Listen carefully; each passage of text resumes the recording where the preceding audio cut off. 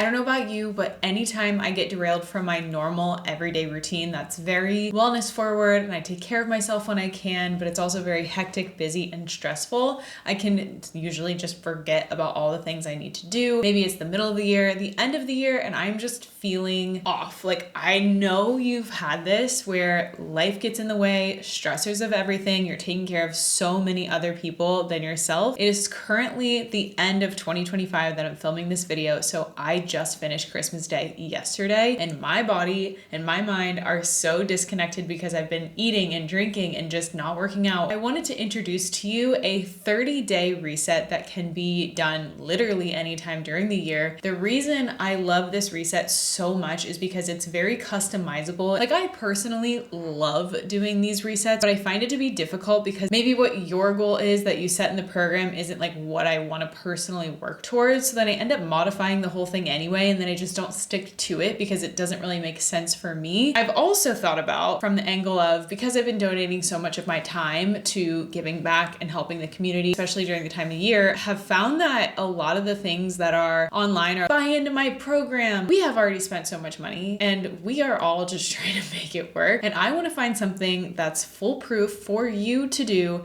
that's customizable for you to do, that is 1000% free. I feel like we don't need to spend money to feel better. You know, I feel like it's everybody's just trying to sell you something and trying to get you on their program. Like, I'm not. I just wanted to share with you my simple 5 to 6 things I do in a day that really helps me get on track. This free template for a 30-day reset for health, wellness, mental, physical, movement, motivation, all the things is in the caption of this video. You just follow the link. Inside of the template, there's actually a whole how-to video on how to actually use it. Please, please, please don't hesitate to comment with any questions you have about how to use this. So let me just go through and explain to you this challenge, a little bit about it, why it's different, and why it works for me, also why it's important to do. We have in this template 4 categories in a habit bank. And the bank is essentially just ideas and things you can put in for your 6 things a day. If you've ever heard of the 75 hard challenge, it's essentially 5 to 6 different things a day that you have to stick to and you have to complete them every day. If you were to miss one thing a day, you basically have to start over, and the entire thing is 75 days. So you can imagine that you get to day 60 and you, oopsie, I didn't do my second workout for the day, then you have to start over, and everything you did for your progress is like completely irrelevant. That is also why I have you choose 6 items in a day as your goals for your reset, but I also don't want you to hate yourself for not completing all 6. So my requirement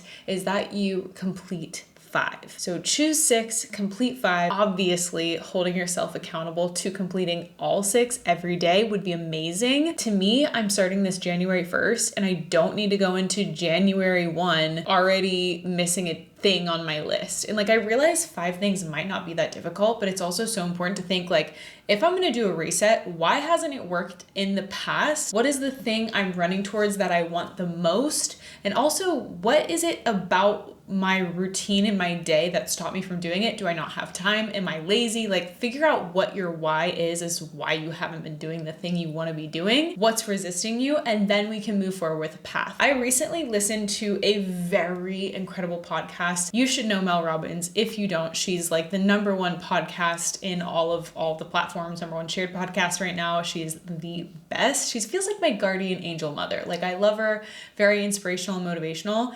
And she actually came out with kind of like a template that's a free printout that you can follow. Her interesting angle from this podcast, which I'll link in the caption, to know where your starting point is. So how can you go into the new year with all these goals and intentions without knowing where your starting point is? There's no destination you can possibly make without knowing where you're starting. So you have to really evaluate through your year, see where you're at. It was such an interesting way to think about it. I'm like, oh, so first we're figuring out where we're starting before we even create this template of goals, of things we want to do, because the whole point I will say this over and over again as we're doing this.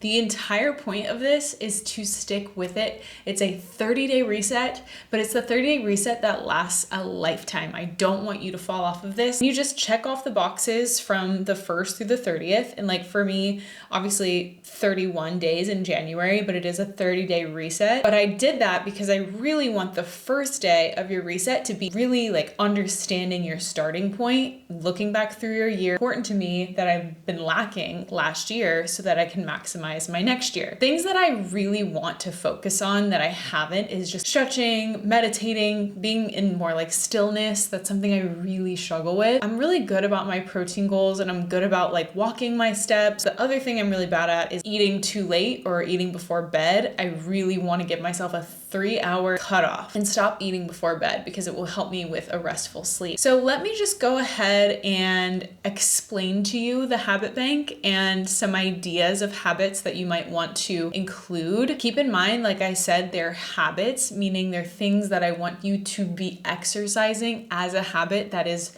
habitual to your day. Like you're doing it suddenly all the time without thinking about it.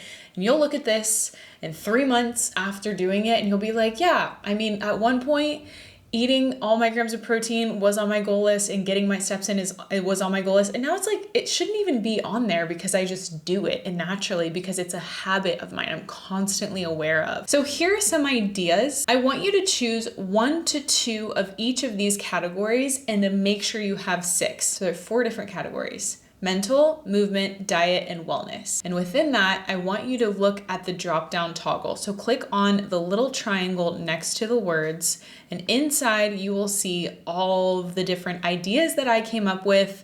You can add, you can subtract. I'm at least going to pick 1 in each category. Just a quick little side note, I don't know if you follow me on my Instagram, but you really should. I have been asking questions to you guys. What are things you want to work on in 2026? The thing you're running towards. What is one word to describe how you want to feel in 2026? And it's so funny because I was expecting more people to be like skinny, but nobody said that. Everybody said strong. And I was like, whoa, what do you mean by that? What does strong mean to you? Because it can mean a million different things, like the word strong, right? Are you talking physical? Are you talking mental? Are you talking like confidence? That's why I feel like picking one thing per section, mental, movement, diet, and wellness, will be the full spectrum of balancing out your life. So mental, daily journal, obviously every morning, starting your morning with a journal practice is so important. It's something I have been incorporating for years. Amelia and I, when we first started dating, every morning we would have our little journal session. And it's also so good to like look back at the days and like reflect on it. Practicing gratitude, obviously we want to do that every day. 5 to 10 minute meditation. Read X amount of minutes, meaning read however long you want a day. Acts of kindness.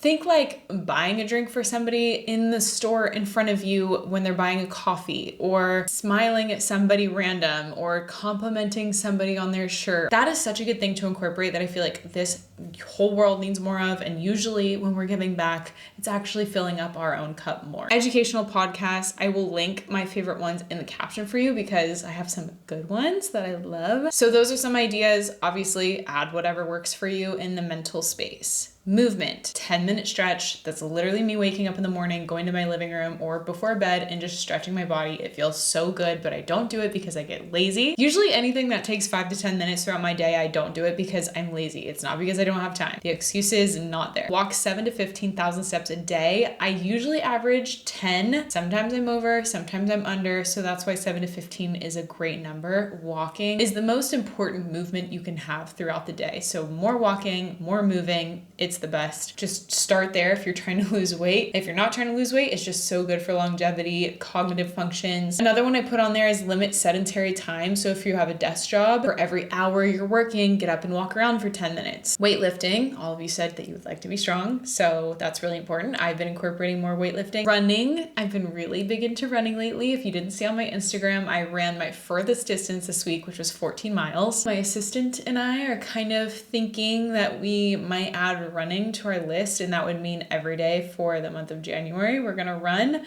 whether it's 10, 15, 20, 2 hours, I don't know. So we're going to potentially add that. So if you wanted to add it to yours, let me know. I'll also put in the caption down below all the things I'm going to be adding. So if you just want to replicate my list, you totally can. And we can keep each other accountable. Again, I want to see you on your stories. Please tag me. Kira workout. So I have talked about Kira a lot, and I have had a lot of people ask me, like, are you going to come out with workouts? Like, what do you do for your workouts? And I'm going to be honest, I have no desire to create a workout program. It's just the more you know, the more you realize you don't know. I realize how complicated it is to burn out one specific muscle group and do it the most proper way in terms of form. Like, I'm very form conscious and I'm very critical about the way that I do my workouts. I don't feel like I want to be a teacher in that because I have so many great teachers who are so much more knowledgeable than me and it's not my expertise. So I'm referring you to my all-time favorite workout ever that I discovered during the pandemic. Kira Stokes is a New York fitness trainer training all different places. She has her app. I mean, I've met her a couple times in person, but she knows I'm like such a super fan and I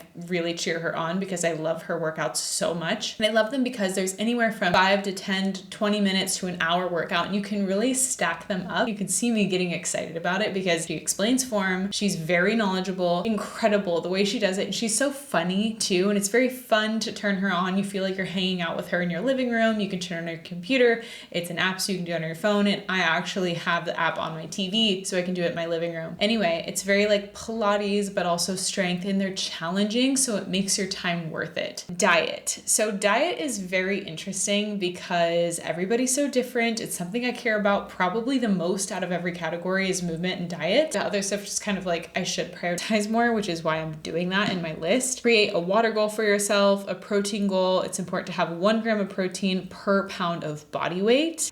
Eating whole foods only. If you've ever heard of the Whole30 diet, I will link that in the caption as well. It's a really good guideline for just not eating processed foods and making sure you're having your fruits from real sugars and not anything processed or fake, like no chocolate, no sugar, no creamer, just having whole foods. Really, really hard to do for me, but it's a really good way to clean up your diet. No alcohol, obviously, no caffeine, no refined sugars, eat before bed. At one point in my life, I would put all these things on my list, obviously fail because I'm going to live my life. I'm not going to live in absolutes.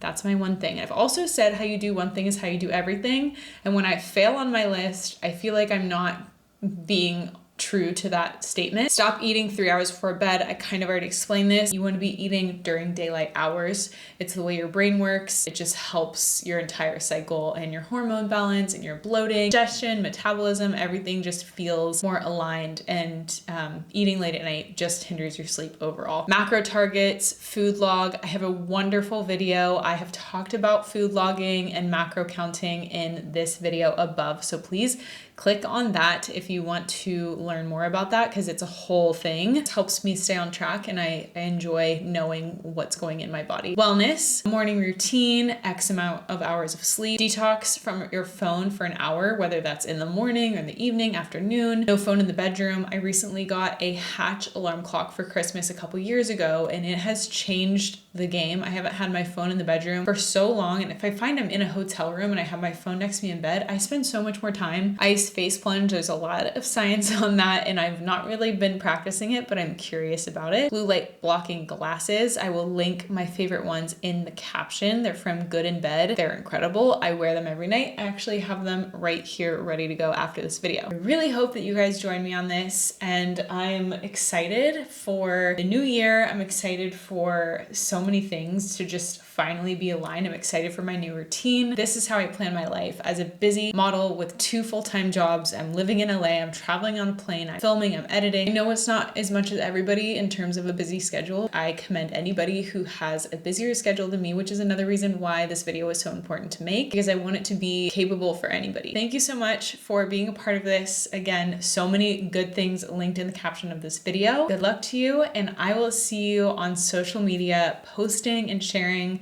all of your success with this 30-day reset.